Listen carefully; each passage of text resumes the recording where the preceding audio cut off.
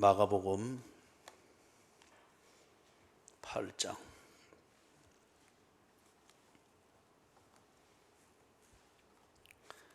마가복음 8장. 오늘 강의할 본문은 34절에서부터 9장 1절까지입니다. 그런데 그것을 잘 연결해서 이해할 수 있기 위해서 8장 27절에서부터 33절까지 먼저 같이 읽습니다. 예수와 제자들이 빌립보 가이사랴 여러 마을로 나가실새 길에서 제자들에게 물어 이르시되 사람들이 나를 누구라고 하느냐? 제자들이 여짜와 이르되 세례 요한이라 하고 더러는 엘리야 더러는 선지자 중의 하나라 하나이다. 또 물으시되 너희는 나를 누구라 하느냐? 베드로가 대답하여 이르되 주는 그리스도시니이다 하매 이에 자기의 일을 아무에게도 말하지 말라 경고하시고 인자가 많은 고난을 받고 장로들과 대제사장들과 서기관들에게 버림받아 죽임을 당하고 사흘 만에 살아나야 할 것을 비로소 그들에게 가르치시되 드러내놓고 이 말씀을 하시니 베드로가 예수를 붙들고 항변하매 예수께서 돌이키사 제자들을 보시며 베드로를 꾸짖어 이르시되 사탄아 내 뒤로 물러가라. 네가 하나님의 일을 생각하지 아니하고 도리어 사람의 일을 생각하는도다 하시고. 우리 지난 수요일까지 해서 그 부분을 2주간에 걸쳐서 자세하게 강의를 했죠.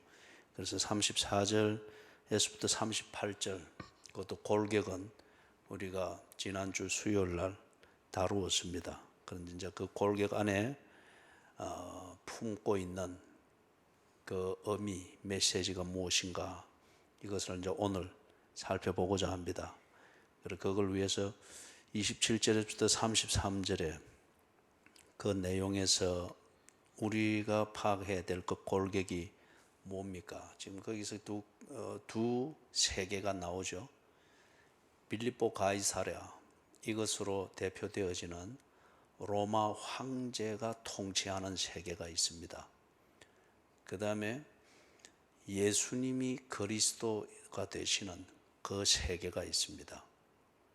예수님이 통치하는 세계와 그 다음에 로마 황제가 통치하는 이 두 세계가 맞닥뜨려져 있습니다. 그런데 두 번째 요소는 이 두 세계가 겹쳐지는 이 상황에서 예수의 제자들이 어떻게 살 것인가 그것을 결심을 해야 됩니다. 그리고 두 세계에 다 걸쳐서 살 수는 없습니다. 로마 황제가 통치하는 세계에 속해서 살면은 예수님이 통치하는 그 세계에서는 버림받습니다. 예수님이 통치하는 그 세계에 속해서 살면은 로마 황제가 통치하는 그 세계에서는 버림을 받습니다.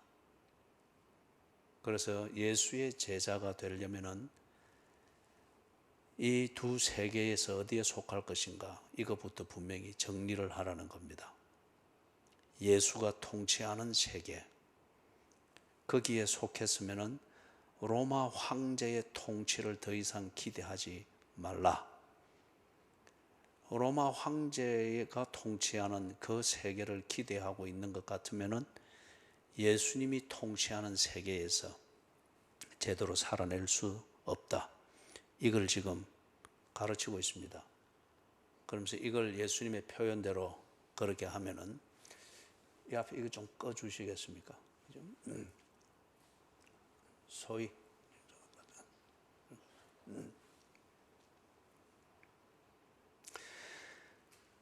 로마 황제가 통치하는 그 세계에서 사는 사람들의 주된 관심은 사람의 일입니다.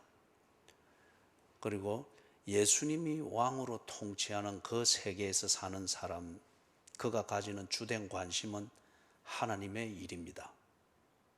그렇기 때문에 로마 황제가 통치하는 세계에 속해서 로마 황제의 언덕을 입으면서 살려고 할 때에 그때는 하나님의 일을 생각할 수가 없습니다. 하나님의 일을 생각하면서 로마 황제의 언덕을 입겠다. 이게 안 된다는 거예요. 거꾸로 예수님이 통치하는 이 세계에 살면서 사람의 일을 생각하면서 뭔가 살아남기를 원하고 예수님의 통치의 언덕을 입겠다. 이 자체도 어불성설이라는 겁니다. 그래서 예수님이 통치하는 이 세계에 사는 것 같으면은 하나님의 일을 생각하는 것, 이게 당연한 것이고, 그럴 때에 예수님의 통치를 제대로 받으면서 하나님의 자녀된 권세를 누리면서 사는 하늘나라의 시민의 그 삶을 산다. 이게 지금 33절까지의 그 내용이었습니다. 그래서 34절에서부터 38절에 여기에서 지난주 수요일날 우리가 볼 때에 하나님의 일, 사람의 일, 그것이 구체적으로 대비가 딱 되어지고 있는 것을 우리가 보았죠. 그러면 그걸 참고로 해서 오늘 그 의미가 무엇인지 34절에서부터 보도록 하십시다. 34절에서 말하는 것은 소위 좀 어려운 표현으로 말하면 제자도입니다. 제자가 걸어야 될 길, 제자가 지켜야 될 삶의 도리입니다. 다시 말해서 예수님이 통치하는 세계에 속한 하나님의 자녀이고, 하나님의 자녀로서 예수님이 통치하는 세계, 그걸 보고 우리는 하나님 나라라고 합니다. 하나님 나라에 사는 하늘의 시민일 것 같으면은 이런 도리를 지키며 살아야 된다는 겁니다. 그걸 좀 어려운 표현으로 제자도라고 그렇게 말하죠. 세 가지를 예수님이 거기서 말씀을 합니다. 하나는 자기를 부인해야 한다. 두 번째는 자기 십자가를 져야 한다. 그리고 세 번째는 예수님을 따라야 한다. 다른 말로 말하면은 자기를 부인해야 되는 이유는 로마 황제를 따르지 아니하고 예수를 따르기 위하여서, 로마 황제를 따르는 이런 도리에 길들여져 있는 자기 자신을 부정하라는 겁니다. 그러지 않으면은 하나님 나라를 가지고 오고 하나님 나라를 지금 실현하고 있는 예수를 따를 수가 없다는 겁니다. 왜냐? 로마 황제가 통치하는 그것에 길들여져 있기 때문에. 그렇기 때문에 그런 길들여져 있는 자기를 부인하지 않으면 예수의 통치를 받아들이지 못한답니다. 그래서 자기를 부인하라. 자기 십자가를 지라. 내가 길들여져 있는 로마 황제가 통치하는 그 세계, 거기서 얻은 내 기득권, 그리고 그것을 만지작거리면서 하루하루 안정되게 사는, 이것에 딱 길들여져 있고 그게 안정되고 성공이고 행복이다라고 길들여져 있는 이걸 버릴 때에, 예수를 따르기 위해서 이걸 버릴 때에 쉽지 않습니다. 당장 어렵죠. 첫째는 길들여져 있는 대로 살지 않고 한 번도 가보지 않는 그 길을 시작하니까 이게 엄청 어렵습니다. 그리고 예수님이 통치하는 그 길을 한 걸음 두 걸음 나아가 보니까 이거는 전혀 길들여져 있는 그런 행복이든지 안정감이든지 그 다음에 뭐 성공이든지 그 다음 재산이 쌓여가는 그것을 보면서 느끼는 어떤 성취감이든지 이런 게 거의 없는 거예요. 그런 종류가 아닌 거예요. 그렇기 때문에 이게 참 고생입니다. 로마 황제가 통치하는 그 구조에서 그렇게 살아가면은 때 되면 월급 들어오고 좀 아부하면은 좀 보너스도 받고 또 조금 양심을 속이면은 또 조금 신분 상승하고 그렇게 되기 때문에 고민할 게 없었습니다. 고민되면은 이렇게 가면 되고 이리 가서 또 고민되면은 저렇게 가면 되고, 그죠? 그래서 또 어렵고 길이 막힌다 싶으면은 양심을 무시해버리고, 그리고 뭐 한순간 짐승인 것처럼 그렇게 뭐 버티면은 또 넘어가고, 그렇기 때문에 무엇이 옳은가 그런가를 두고 고민할 필요가 없었습니다. 그런데 그런 세계, 로마 황제가 통치하는 그런 세계를 다 버리고 자기를 부인하고 예수를 따르기 위해서 가보지도 않는 그 길을 한 걸음 두 걸음 해서 쭉 따라가 보니까 이건 꼭 광야와 같은 거예요. 그죠? 자기를 속이면은 이게 더 힘이 듭니다. 어떤 이런 식이 되는 거예요. 그럼에도 불구하고 예수를 따르는 그 길, 하나님 나라의 시민으로서 제대로 빌립보 가이사라에서 하나님 나라의 시민으로 살려고 하니까 겪는 어려움들이 많습니다. 그럼에도 불구하고 그걸 감당하면서 예수를 쫓는 이 삶을 하루하루 해 나가는 것, 이게 내가 지고 가야 될 십자가입니다. 예수를 따르지 않는 것 같으면은, 그리고 예수를 따르는 하나님 나라의 삶이 빌립보 가이사랴라고 하는 로마 황제가 통치하는 이런 세력이 팽배해 있는 거기에서 하나님 나라의 백성으로 사는 이런 환경이 아닌 것 같으면은 자기 십자가를 지고 가는 이런 고생이 없겠죠. 그런데 현실이 그렇지 않다는 겁니다. 예수를 따를 것이니라. 목적이 분명합니다. 가는 길이 분명합니다. 왜 나를 부정해야 되느냐? 그리고 왜 이 고생을 사서 하느냐? 그리고 이 고생을 왜 감당해야 되고 이걸 견디는 것, 견뎌내는 그 인내라고 하는 이게 왜 내게 꼭 필요한 일용할 양식처럼 그런 것이 되느냐? 이유는 딱 하나입니다. 예수를 따르기 위해서입니다. 예수님이 가르쳐 주시고 보여주시고 그리고 약속하신 이걸 다 묶어서 우리는 하나님의 나라라 하죠. 하나님 나라에 거하면서 하나님 나라의 시민으로서 도리를 지키며 살려고 하니까 그 사는 삶의 현장인 로마 황제의 도시, 거기서 사는 게 아주 쉽지 않다. 저절로 되는 게 아니다 말이에요. 그래서 로마 황제의 도시지만은 나는 하나님 나라의 시민으로서 예수님이 통치하시는 대로 나는 살 것이다. 이 목적이 분명하고 이 길이 분명하니까, 그러니까 나를 부정해야 되고 그 다음에 거기서 오는 희생이든 고생이든 어떤 그런 것들을 견디고 감당해내야 되니까 꼭 십자가를 지고 가는 것과 같다는 겁니다. 이걸 실천하면서 사는 것이 제자의 도리입니다. 예수 믿는 사람의 도리입니다. 베드로를 비롯해서 이 제자들은 지금까지 그리 생각 안 했거든요. 예수를 따르면은 로마 황제가 다스리는 이 세계에서 자기들은 큰 고생하지 않고 그 다음에 씨앗을 심지 않고도 많은 것을 얻을 수 있는 이런 게 보장될 것이라 여겼단 말이에요. 그런데 지금 예수님이 우리가 지난주 수요일 봤던 것처럼 이 사람들이 어느 정도 이제 무르익었을 때에 비로소 그들에게 이 본질을 가르칩니다. 제자도를 가르치는 거예요. 그렇죠? 자, 그러면은 이걸 한마디로 정리를 하면 이렇습니다. 빌립보 가이사랴 황제가 통치하고 그 황제의 언덕을 입어서 사는 것이 지당하다라고 믿고 그 틀 안에서 뭔가 삶을 추구하는 그거죠. 그리고 이게 지금 이 세상을 상징하는 것과 같아요. 그죠? 상징하는 것과 같아요.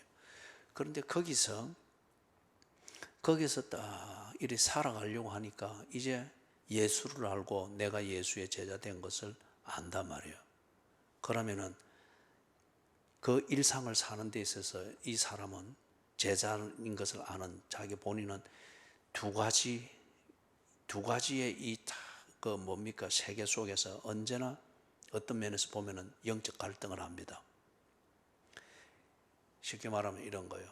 제자 됐다, 하나님의 백성이다 하는 이 신분과 그 신분에 근거한 신앙을 가지고서 딱 보면은 하나님의 일을 생각할 수밖에 없습니다.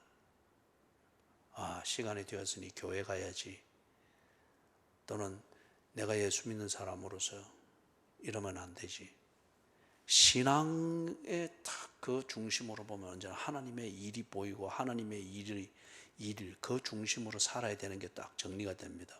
그런데 현실적 감각으로 보면은 보험금을 내야 되는 게 다음 주로 다가오고 또 무언가 이런 현실적 감각으로만 이래 보면 언제나 사람의 일만 보입니다. 돈이 있어야 되는데 좀 모아놔야 되는데 아이고 이번 휴가 때는 어떻게 지낼고 사람의 일만 이래 보이니까 그것 중심으로 이걸 해야지 저걸 해야지 이걸 우선적으로 해야지 언제나 이 두 가지가 다 헷갈리게 되겠죠. 신앙의 관점에서 볼 때 하나님의 일이 언제나 대두됩니다. 그러나 이 현실적 감각을 가지고 이렇게 보니까 언제나 사람의 일이 다 눈앞에 보입니다. 하나님의 일과 사람의 일, 이 사이에서 지금 하나님의 백성이 고민을 합니다. 이게 현실입니다. 베드로의 현실이고 그리고 이걸 읽고 있는 우리 그리스도인들의 현실적인 문제입니다. 자, 그래서 이 갈등 속에서 이 제자들을 지키며 사는 이 현실적 고민을 두고서 예수님이 그들에게 구체적으로 딱 도전을 하는 것이 34절에서부터 38절의 이 내용입니다. 34절 제자도를 가르친 다음에 이것을 실천하기 위하여서 그들이 당연히 겪게 되는 그 고민스러운 문제를 35절에 한 가지 예를 들죠. 자기 목숨을 구원하고자 하는 자는 잃을 것이다. 자, 그러면 이게 이런 말로 이야기를 할 수 있습니다. 자기 목숨을 구원하고자 하는 자, 이게 사람의 일이다 말이에요. 예를 들면은 직장에서 내 자리가 있기 위하여서, 아니면은 내 생계 현장에서 내 자존감을 지킬 수 있고 인정을 받고 그 다음에 다음 성진 평가할 때에 뭔가 눈에 들고 관심을 언제나 끌기 위해서 오늘은 어떻게 저 사람 눈에 들도록 뭘 할 것인가. 생전가도 어려운 사람 생각하고 어려운 사람을 생각하면서 오른손이 하는 걸 왼손이 모르게 이렇게 좀 삶을 나누고 하는 것은 전혀 감각이 없는 사람이 그런 것, 직장에서 아니면 뭐에서 자기 삶을 위해서 필요한 관심을 끌기 위해서 아첨을 섞어서 모닝커피 대접하고 빨딱빨딱 일어나서 불편한 거 챙겨주사고 그 책상 쓰레기통 비워주사고 그 자기 목숨을 구원하고자 하는 거거든요. 진정한 이웃 사랑에서 나오는 것이 아니고 어떤 성진에서 좋은 점수를 받고 어려운 저 사람의 입에서 좋은 평가를 끌어내기 위해서 하는 아첨에 지나지 않는 거잖아요. 자기 목숨을 구원하고자 하는 그러한 처신이죠. 좀 그렇게 될 때에 당연히 하나님의 일이라고 하는 이것에 대한 감각은 없어집니다. 쉬운 예로서 교회를 간다, 수요일 예배를 지키기 위해서 간다, 무슨 그리스도인의 어떤 양심을 가지고 양심의 가책이 느껴지는 그걸 우선 해결하기 위해서 뭘 한다. 이거는 감각 자체가 아주 멀어질 수가 있는 거죠. 이게 자기 목숨을 구원하고자 하는 자, 그걸 말합니다. 사람의 일을 가지고 경쟁하는 데 있어서 내 신분을 유지하고 내 자존심을 유지하고 내 지위를 유지하고 내가 원하는 것을 얻는 데 유리한 고지를 점정하고자 하는 것, 사람의 일이죠. 그래서 자기 목숨을 구원하고자 하는 거죠. 그래서 35절에서 말하는 것은 이렇게 자기 목숨을 구원하기 위해서 제자도를 버릴 것이냐, 아니면은 제자도를 지키기 위하여서 자기 목숨을 잃는 것, 성진에서 탈락되거나 어떤 이렇게 될 수 있는 위험을 감수할 것이냐. 그런 위험을 감수하더라도 하나님의 일을 위하여서 제자도를 지키는 이 삶의 지조와 절개를 지킬 것이냐. 그걸 지금 묻는 거예요. 그래서 사람의 일, 이걸 위하여서 자기 목숨을 구원하고자 할 때는 예수로부터 버림을 받는다 합니다. 반면에 제자도를 지키기 위하여서 하나님의 일 중심으로 빌립보 가이사랴에서 그렇게 사는 것 같으면 황제로부터 버림을 받는답니다. 예수로부터 버림을 받는 것과 황제로부터 버림을 받는 것, 예수의 언덕으로 사는 것과 로마 황제의 언덕으로 사는 것, 이 두 가지를 지금 딱 제자들 앞에 갖다 보이는 거예요. 자기 목숨을 구하는 것, 그게 정말 로마 황제의 언덕 때문에 자기 목숨을 구하겠는가? 아니면 예수의 은혜로 자기의 목숨을 구하겠는가? 생각해 보라는 거예요. 36절, 37절에서는 제자도를 실천하며 살 때에 또 겪게 되는 이 도전을 이야기합니다. 온 천하를 얻기 위해서 제자도를 버릴 것이냐, 아니면은 제자도를 지키기 위해서 온 천하를 얻을 수 있는 기회를 놓치게 되는 그 위험을 감수할 것이냐. 온 천하를 얻는 것. 예를 들어서 지금 뭐 이런 상황에서 벌어먹고 사는 것, 직장을 유지하는 것, 참 중요한 문제죠. 온 천하에 해당이 됩니다. 그 다음에 이런 전염병이 언제 어디서 게릴라처럼 튀어나올지 모르는 이 상황에서 건강을 지키는 것. 그래서 건강을 지켜야 뭘 직장도 가고 어려운 상황에서 벌어먹고 사는데도 힘을 쓰고 뭐 그러지 않겠어요. 그렇기 때문에 이 건강을 지킨다는 게 이런 상황에서 굉장히 중요한 문제, 온 천하와 같습니다. 그렇죠?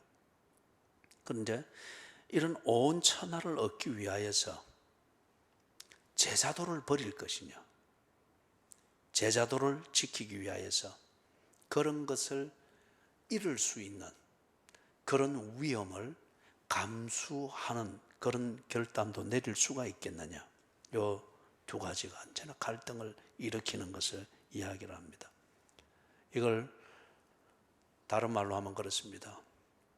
예수님의 은혜로 살 것이냐, 아니면 로마 황제의 언덕으로 살 것이냐.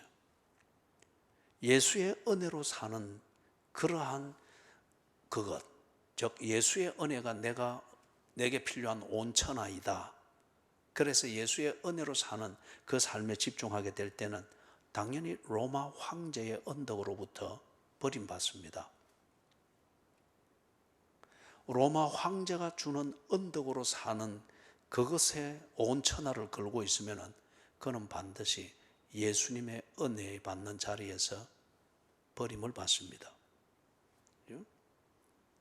비견한 예를 들어서 오늘 현대 한국의 교인들이 주일 성수, 특히 주일에 있어서 오후 예배, 수요 예배, 새벽 기도회 또는 철야 기도회, 이런 것에 있어서 여러분 나름대로는 오전 예배는 대단히 중요하게 여깁니다. 오후 예배는 더 중요한 약속이 없으면 오고 안 그러면 안 오고, 수요 예배는 그날 일정에 따라서 일 없으면 오고 아니면 안 오고, 더 심하게는 뭐 집에 할 거 아무것도 없으면 오고, 집에서 미스터 트롯 지금 하고 있으면 그걸 봐야 되기 때문에 안 오고. 이게 여러분 온 천하를 얻고자 하는 그걸 로마 황제의 언덕에 의존해서 온 천하를 얻고자 하는지, 예수님의 은혜, 그것이 내가 얻어야 될 온 천하인지 분명하게 딱 갈라지잖아요. 그죠? 딱 갈라지잖아요.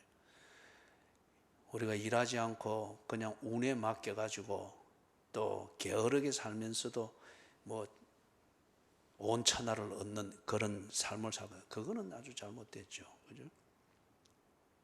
그렇지만 앞에서 우리가 이야기했던 그 구조에서 사람의 일을 생각하는 가치관으로 사느냐, 하나님의 일 중심의 가치관으로 사느냐, 그렇게 될 때에 이 온 천하를 얻는 문제 분명하게 딱 드러나게 되어 있습니다.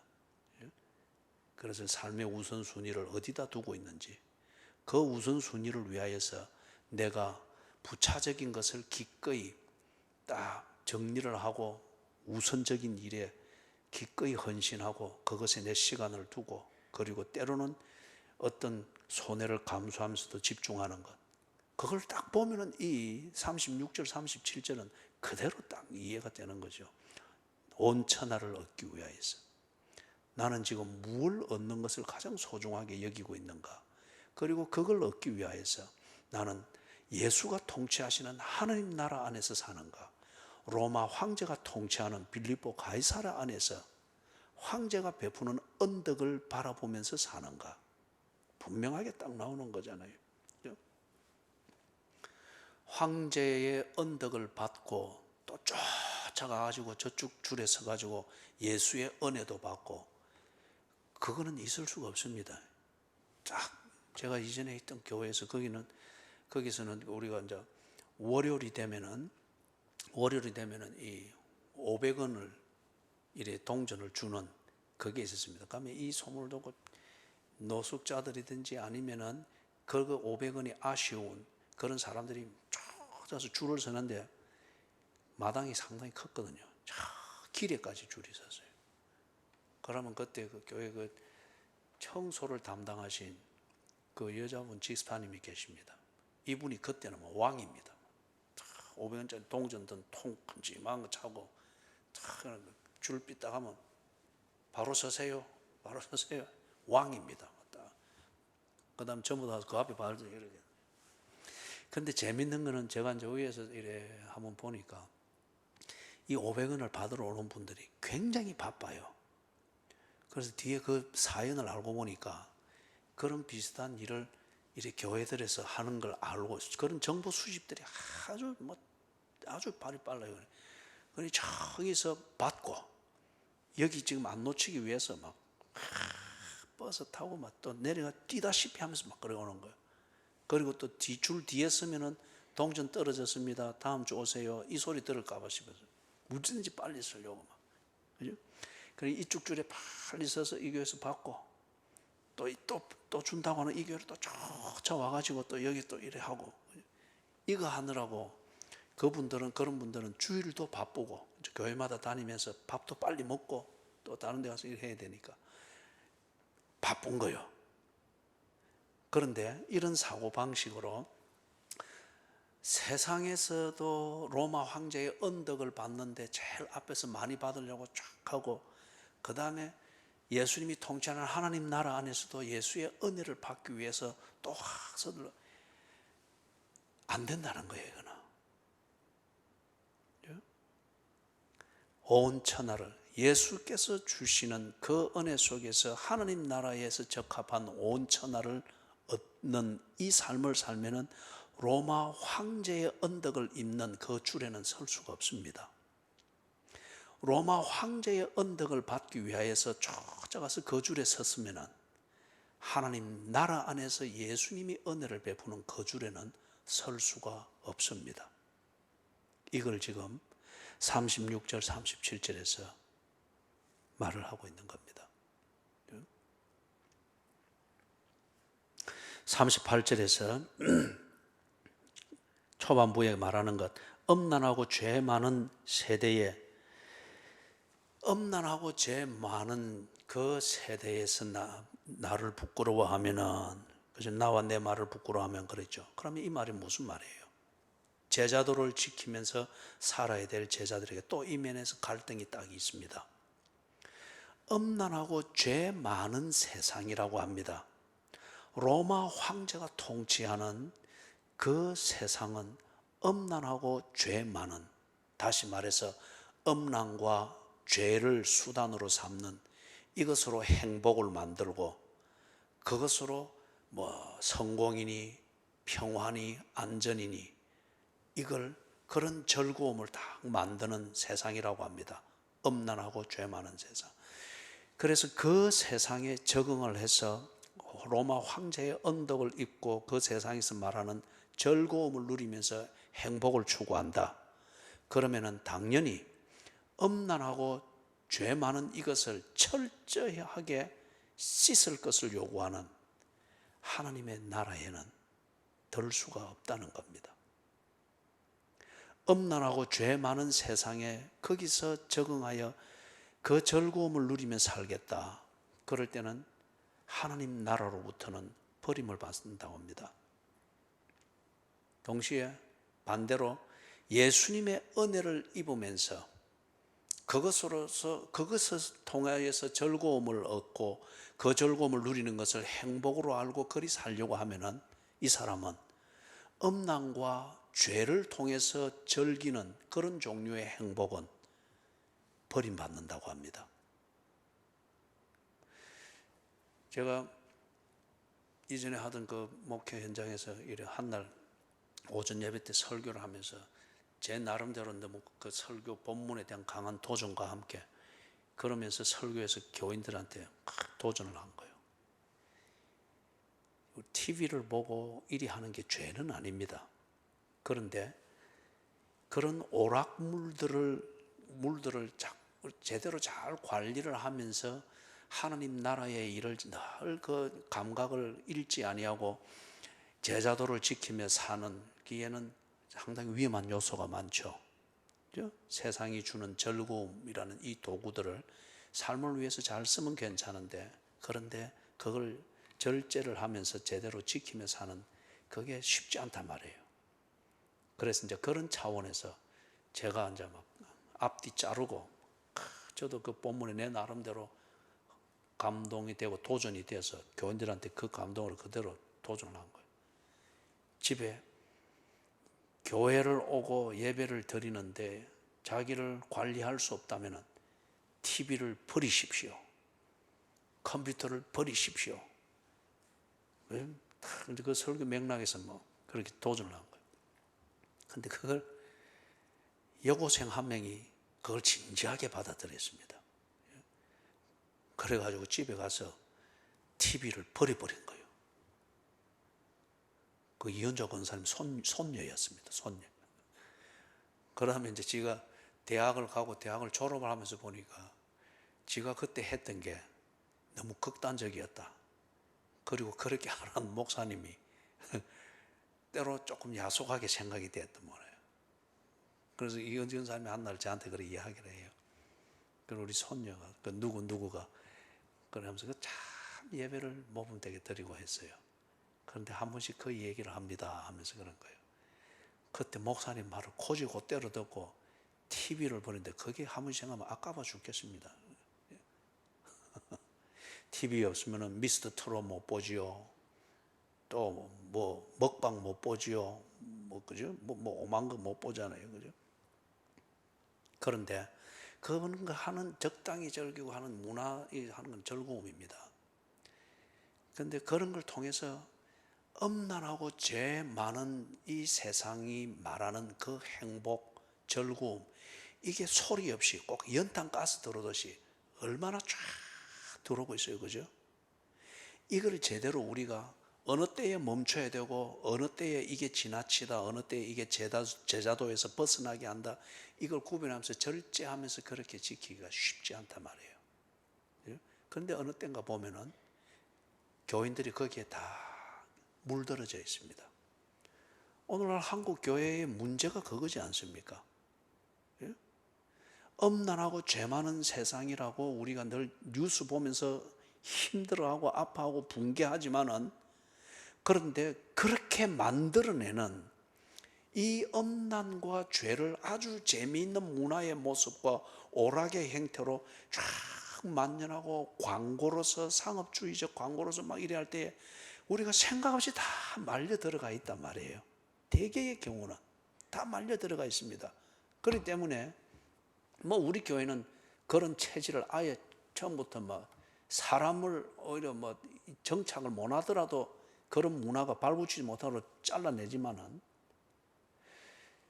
이 사람의 숫자 노름, 이게 중요시 되어지고 그것이 긴장이 되어지면 그 사람이 가지고 있는 문화나 그가 나름대로 즐거움을 찾고 행복감을 느끼는 몸에 배어 있는 방식들에 대하여서 교회가 권징을 못합니다. 그렇게 되다 보니까 오늘 교회 안에 교인들끼리 나누는 교제, 친목, 여기에 음란하고 죄 많은 세상에 이 문화와 사고방식과 의식이 쫙쫙 들어와 있잖아요. 왜 교회가 주일 오후 예배를 없애고 그 시간에 피구 대회, 족구 대회, 이걸 주말마다 이 팀, 저 팀, 이 팀 리그로 이래 가지고 사람을 관리하고 묶어두는 데는 좋을지 모르지만은, 그죠? 그렇게 해서 교인들이 교회 안에서도 그런 체질로 길들여질 때에 음란하고 죄 많은 세상을 구별할 수 있겠어요? 그리고 갈수록 이 뭡니까, 교인들이 모여서 친목의 모임을 모이고 성도의 교제를 나누고 할 때 갈수록 도시 교회를 중심으로 해가지고 술이라고 하는 이게 보편화되고 있잖아요. 예? 이전에는 뭐 한 20, 30년 전에는 우리 젊은 청년들이 이제 직장을 가고 그래 하면서 당연히 직장에서 그 회식 문화에 술이 빠지지 않고 2차, 3차 이어지면서 외박하는 이게 점점 길들어지고 하는, 이걸 두고 교회가 막 긴장하면서 도전하고 이랬단 말이에요. 그런데 지금은 보면은 그거는 거의 보편화된 것 같아요. 직장을 가면 직장 문화와 직장에서의 서로 즐겁고 서로 팀워크를 맞추고 그렇게 단결이 되어지고 분위기 좋게 만드는 그 직장 문화에 뭐 그리스도인도 자기 제자도의 생각 없이 거기에 편성을 해서 아무 문제 없이 지내는 것 같아요. 우리 직장 생활하고 있는 젊은이들도 그렇고, 그 다음에 우리 뭐 가정을 가지고 직장을 생활하는 분들도 그렇고, 정말 MRI를 한번 찍어보면은 깨끗하다고 말할 수 있겠느냐 말이에요. 음란하고 죄 많은 세상이 만드는 그러한 그 문화에서 정말 자기의 제자도 이것을 지키면서 사는 그 삶을 잘 관리하고 있느냐 생각해 볼 문제잖아요. 그래서 여기 지금 음란하고 죄 많은 세상이라 표현되어진 이것을 통해서 말하는 즐거움이 있고 행복이 있잖아요. 그죠? 여기에 길들여지고 이것에 맞추어서 살려고 하면은 예수를 당연히 버리게 됩니다. 예수의 은혜를 받아 사는 것, 그거는 그리 하면은 이 세상에서 이렇게 재밌는 것, 이렇게 즐거운 것, 내가 지금 이렇게 안정되게 하고 있는 것, 이런 것 다 못하게 되지요. 그러면서 그걸 예수의 은혜를 입어 사는 그것은 불행한 것으로 여기면서 버리게 되죠. 반면에 예수님의 도전은 그겁니다. 네가 제자도를 지키면서 예수의 은혜를 입어 하나님 나라 안에서 제대로 사는 이게 즐거움이고 행복인 것을 알고 그렇게 살고자 할 때 너는 음란하고 죄 많은 세상, 여기서 만드는 즐거움과 행복, 이것으로부터 너는 차단될 것이다. 그럴 때에 뭐 세상은 그리 말하잖아요. 그런 즐거운 생활, 그리고 그런 권태기를 벗어나는 그 즐거운 이 세상의 생활, 그런 걸 못하면 우울증 올 거고 뭐 올 거고 뭐 올 거고, 그죠? 그렇게들 이야기를 한단 말이에요. 그런데 이걸 감수를 해야 된다고 합니다. 하나님 나라 안에서 제자도를 지키면서 그렇게 살려고 하면은 음란하고 죄 많은 세상이 말하는 그런 즐거움에서 고립될 뿐만 아니라, 그렇기 때문에 말하는 그 위험한 요소들, 고독, 외로움, 우울증, 신경정신질환, 성인병, 또는 뭔가 뭐 골프 치지도 못하고 어울리면서 뭐 회식도 못하고 그러니 친구도 없고 사회적 관계도 없어지고 뭐 이러니까 니는 그렇게 될 거고, 그런 위협적인 모든 것이 내 현실이 될 수도 있는 거예요. 그러나 그것을 받아내야 됩니다.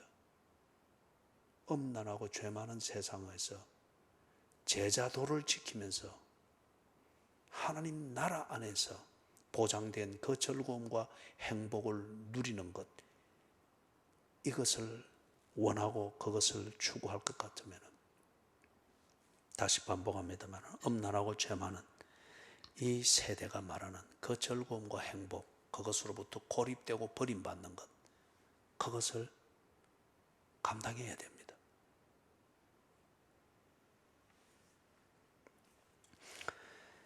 자, 그래서 38절 마지막 부분에서 예수님이 과연 제자도를 지키기 위해서 이런 이 세상에서 주는 언덕과 그것 때문에 가지는 즐거움과 소위 말하는 행복, 이걸 버릴 만한 가치가 있느냐, 제자도가 그럴 정도로 가치가 있느냐, 그걸 말씀하기 위해서 38절 하반절에서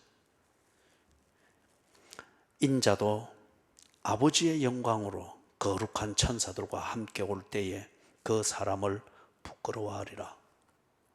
여기 인자는 누굽니까?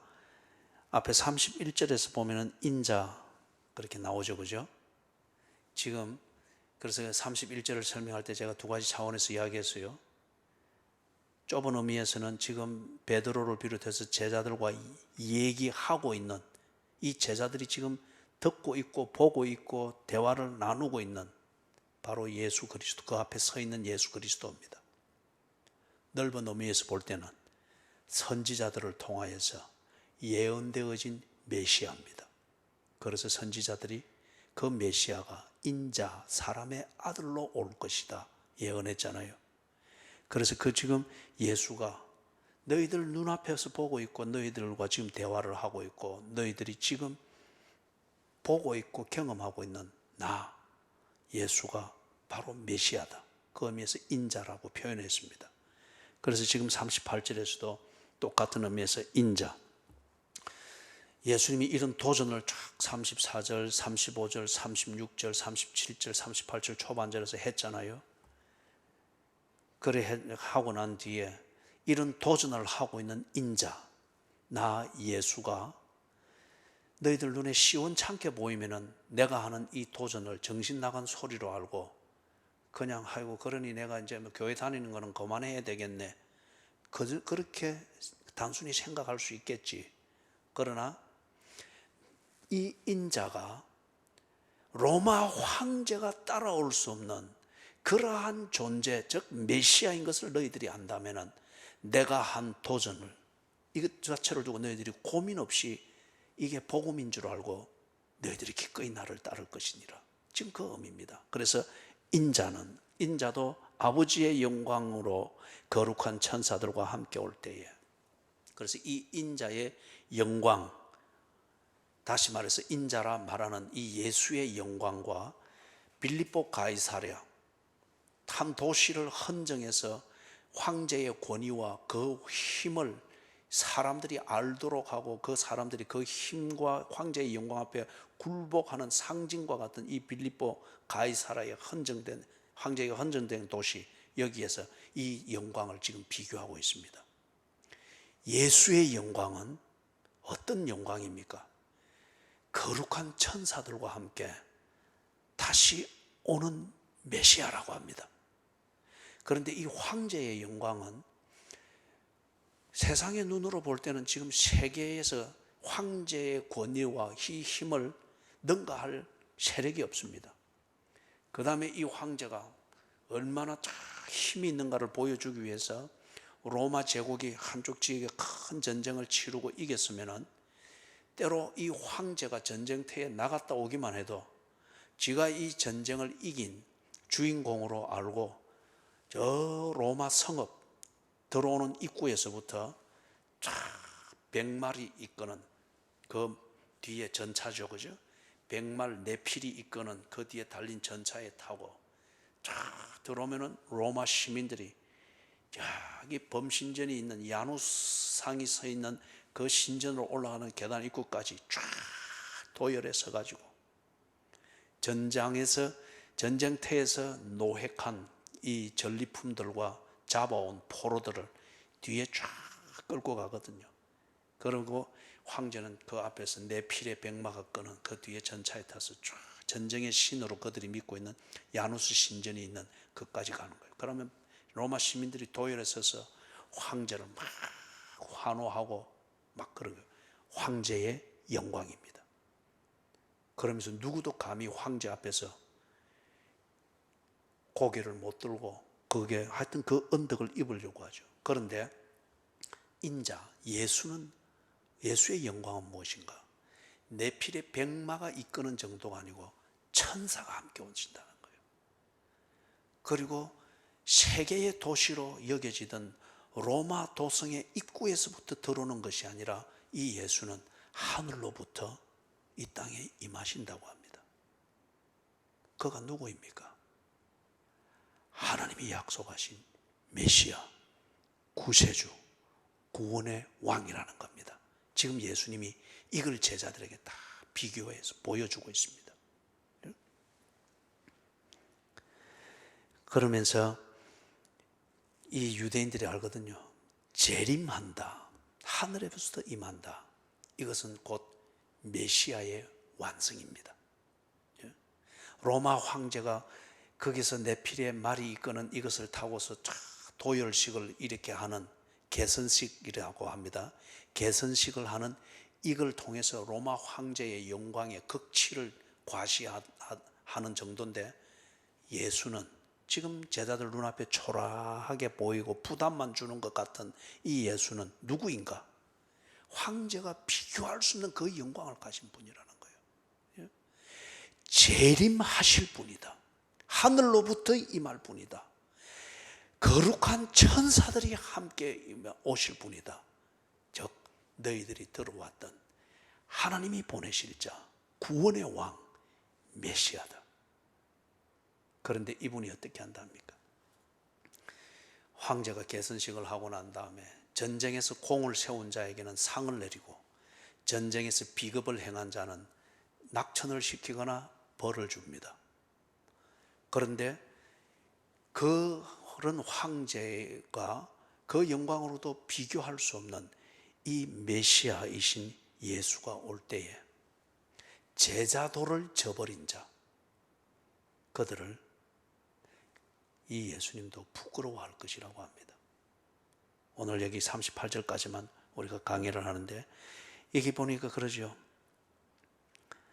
그 사람을 나와 내 엄난하고 죄 많은 세대에서 나와 내 말을 부끄러워하면은 인자가 거룩한 천사들과 함께 올 때에 나도 그 사람을 부끄러워하리라.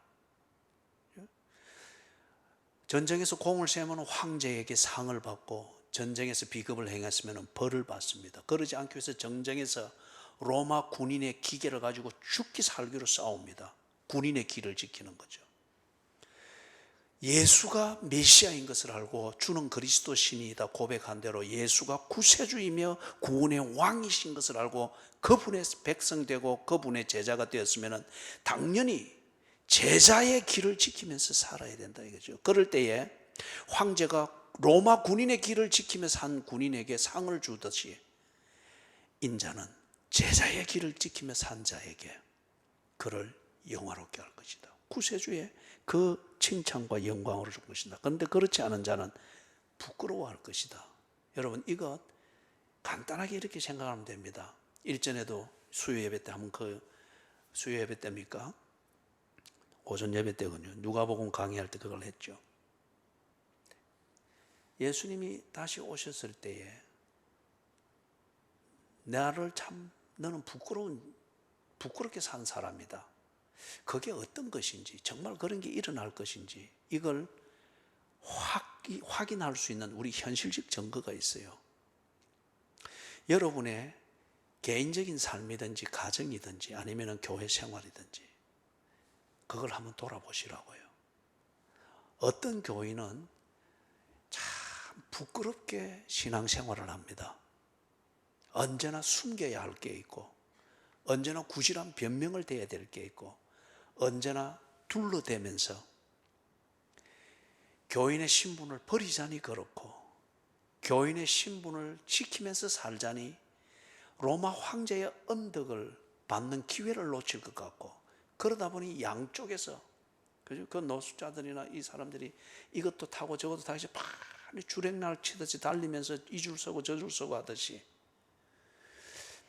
그런 이중 생활을 하는 교인들이 너무 많습니다. 목사는 더 할 수 있겠고. 그러다 보니까 우리가 다 이리 겉으로 볼 때는 교인이고 목사인 것 같고 다 그러는데 잠자리에 눕기 전에는 보면 언제나 양심에 불안이 있습니다. 예배 드린다고 앉아 있어도 언제나 버릴 수 없는 그것을 가지고 선포되는 말씀 앞에서, 아니면은 기도의 그 내 영이 말하는 그 앞에서 이거는 절대 버릴 수 없다 그러면서 자기 내적 갈등을 겪으면서 회개를 피해가는 몸부림을 치는 교인들이 얼마나 많은지 모릅니다. 부모로 치는 것 같으면은 자식 앞에서 참 예수 믿는 부모로서 떳떳하지 못한 면들이 언제나 있어서 갈등이 있죠. 그러다 보니까 자식에게 성경적인 자녀 교육을 소신껏 못합니다. 내가 못하는 부분이 있으니까. 그렇기 때문에 그 성경적으로 옳은 말이지만은 그렇게 하라라고 말할 때 엄마는 왜 그래 안 해? 이 말을 듣는 게 겁이 나니까 그냥 넘어갑니다. 스스로 생각할 때 부끄럽습니다. 목사로서 부끄럽습니다. 권사로서 참 부끄럽습니다. 예수를 믿는 것이 알려진 이게 때로는 후회가 될 정도로 가족의 상황이든지 사는 내용이 참 부끄럽습니다. 직장에서 어느 교회 다닌다는 이게 들킬까 봐 싶어서 언제나 직장에서 나는 예수를 믿는 것과 상관없이 쿨한 사람인 척 그렇게 행동하면서 어두운 밤에 예수의 말을 듣고 시인하기보다는 그걸 억지로 거부하면서 어둠 속으로 사라진 가룟 유다와 같이 그런 부담과 부끄러움을 가지고 겉으로는 쿨한 척 그렇게 지내는 경우가 많죠. 이게 뭡니까? 예수를 믿는 이 신앙이 내게 있기 때문에, 그러나 제자도를 인정하지 않고 황제의 길을 따라 사는 이것 때문에 내 스스로가 부끄럽습니다. 예수를 믿는다는 게 부끄럽습니다. 교회를 다닌다는 이게 부끄럽고, 때로는 교회에 앉아있는 이게 참 부끄러울 때가 있죠. 이걸 보아서 우리가 딱 알 수 있습니다. 인자가 올 때에 나도 그 사람을 부끄러워하리라. 심판이 있습니다. 황제가 개선식을 하고 난 뒤에도 로마의 군인으로서 부끄럽게 전쟁터에서 부끄럽게 처신한 군인을 로마 황제가 벌을 주며 부끄러워하는데, 만왕의 왕이신 구원의 왕이시고 하늘로부터 임하는 그 왕 그리스도가 임했을 때에 제자도를 지킨 자는 영화롭게 할 것이며, 제자도를 부끄럽게 여기면서 살았던 자는 인정할 리가 없죠. 이걸 지금 예수님이 말씀을 하는 거예요. 그렇기 때문에 35절, 36절, 38절 초반절에서 말했던 것, 자기를 부인하는 것, 자기 십자가를 지는 것, 그리고 그리스도를 쫓기 위하여서 기꺼이 세상이 만든 행복을 거부하고 하나님 나라 안에서의 약속된 그 행복을 추구하는 이것에 대하여서 예수님이 기꺼이 말씀하신 것이에요. 예수가 초라한 나사렛 한 목수의 아들 정도로만 보고 있으면 예수의 이 말씀을 아주 종교적인 짐으로 여기고 등을 돌릴 것입니다. 그러나 이렇게 말씀하는 그 인자, 나사렛 예수로 오신 그분이 바로 메시아이시며 하나님의 구원의 완성인 것을 듣고 보고 깨닫게 될 때에 이분의 이 말은 단순한 도전이 아니라 복음인 것을 알게 될 것입니다. 그리고 제자의 도를 따라 사는 이 즐거움을 누리기를 시작할 것입니다. 우리 부끄럽게 살지 마십시다.